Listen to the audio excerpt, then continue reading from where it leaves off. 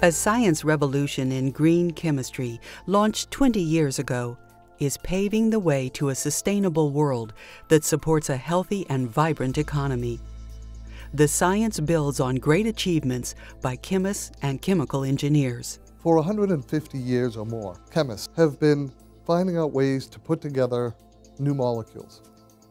And they've done it in a way that have achieved astounding things. Modern chemistry has improved our lives, provided an amazing array of consumer products, put food on our table, and saved lives with new medicines. Yet many of these achievements have come with a price. Now, with all of those accomplishments, there's been one piece that's kind of been missing. And that piece is ensuring that while we achieve those goals, we also don't cause harm to human health and the environment. That's what green chemistry is all about.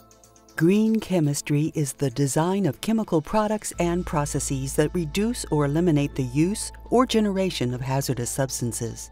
EPA is at the forefront of this green chemistry movement. In partnership with industry, innovations are moving from the lab to the marketplace.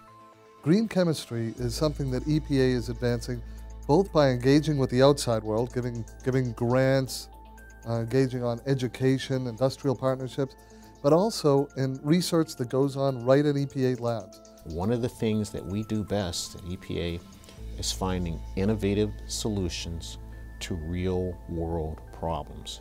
That's what green chemistry is about. The research that we do has to be focused on the needs of the country. Few needs are more pressing than the challenge to meet our transportation energy demands. Biofuels promise to play a larger role, although obstacles remain. Promising new technology developed by EPA engineers, called membrane-assisted vapor stripping, can more efficiently separate water from the alcohol and cuts the energy demand in half for making the biofuel. Less energy consumption means less air pollution and also reduced manufacturing costs. Innovations are also leading to new ways to make nanomaterials. EPA scientists are working to ensure that these tiny wonder materials, being produced for so many different products and applications, do not cause harm to the public or the environment. We don't use any toxic material at all to make these nanomaterials in the first place. That is the key thing in our approach. We use sugar, we use antioxidant present in tea, coffee, wine or wine waste, like grape pomace. Dr. Raj Varma and his team have developed dozens of new and patented methods for the chemical industry and others to make compounds in environmentally friendly ways using nanomaterials as catalysts. The consumer products you use, clothes, cosmetics, cars, and electronics, to name just a few, are made for the most part using a similar chemical process. Various chemicals are mixed together in large amounts of potentially toxic liquids, solvents, to get a final chemical product. Pharmaceuticals are made in this fashion as well. 80 to 85% of the waste that is generated in pharmaceutical processes is solvent-related. So if we can remove the solvent from a synthesis paradigm, we can remove a significant amount of waste. EPA developed the spinning tube-in-tube technology that takes solvents and their waste out of the chemical-making process. At the pilot stage, the spinning tube-in-tube reactor that's being used in Dr. Michael Gonzalez's lab fits on a large table and can produce 2 to 12 tons of chemicals a year, the same as a large chemical reactor using solvents. The technology reduces waste, produces chemicals much more quickly, and reduces production costs.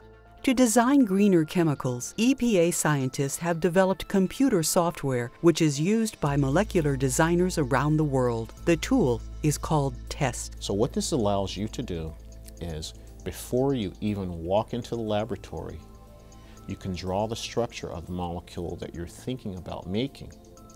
Based on that structure, this software program will give you some estimation as to the toxicity of that compound. The advantage of being able to predict toxicity